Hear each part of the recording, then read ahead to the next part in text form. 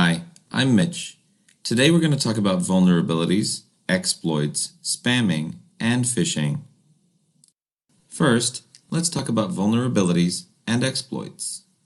An attacker crafts an exploit that targets a software vulnerability, causing the software to perform functions or execute code on behalf of the attacker. Vulnerabilities are routinely discovered in software at an alarming rate. Vulnerabilities may exist in software when the software is initially developed and released, or vulnerabilities may be inadvertently created or even reintroduced when subsequent version updates or security patches are installed. Security patches are developed by software vendors as quickly as possible after a vulnerability has been discovered in their software. However, an attacker may learn of a vulnerability and begin exploiting it before the software vendor is aware of the vulnerability or has an opportunity to develop a patch. This is known as a zero-day threat or exploit. It may be months or years before a vulnerability is announced publicly. After a security patch becomes available, it inevitably takes time for organizations to properly test and deploy the patch on all affected systems. During this time, a system running the vulnerable software is at risk of being exploited by an attacker. Exploits can be embedded in seemingly innocuous data files, such as Microsoft Word documents, PDFs, or web pages, or they can target vulnerable network services. Exploits are particularly dangerous because they are often packaged in legitimate files that do not trigger anti-malware or antivirus software and are therefore not easily detected. Crafting an exploit data file is a two-step process. The first step is to embed a small piece of malicious code within the data file. However, the attacker still has to trick the application into running the malicious code. Thus, the second part of the exploit typically involves memory corruption.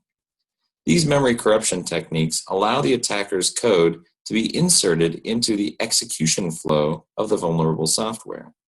Once that happens, a legitimate application such as a document viewer or web browser will perform actions on behalf of the attacker, such as establishing communication and providing the ability to upload additional malware to the target endpoint.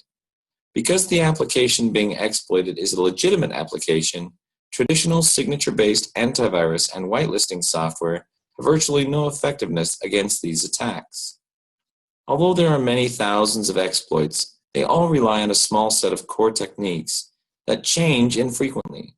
For example, a heap spray is an attempt to insert attackers' code into multiple locations within the memory heap, hoping that one of those locations will be called by the process and executed. Some attacks may involve more steps. Some may involve fewer, but typically 3 to 5 core techniques must be used in order to exploit an application. Regardless of the attack or its complexity, in order for the attack to be successful, the attacker must execute a series of these core exploit techniques in sequence, like navigating a maze to reach its objective. Spamming and phishing. The volume of spam email as a percentage of total global email traffic fluctuates widely from month to month, typically 45 to 75%. Although most end users today are more readily able to identify spam emails and are more savvy about not clicking on links, opening attachments, or replying to spam emails, spam remains a popular and often effective attack vector for the spread of malware. Phishing attacks, in contrast, are becoming more sophisticated and difficult to identify. Spear phishing is a targeted phishing campaign that appears more credible to its victims by gathering specific information about the target and thus has a higher probability of success. A spear phishing email may spoof an organization, such as a financial institution, or individual that the recipient actually knows and does business with, and may contain very specific information, such as the recipient's first name, rather than just an email address.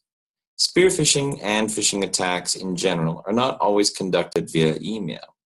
A link is all that is required, such as a link on Facebook, or a message board, or a shortened URL on Twitter.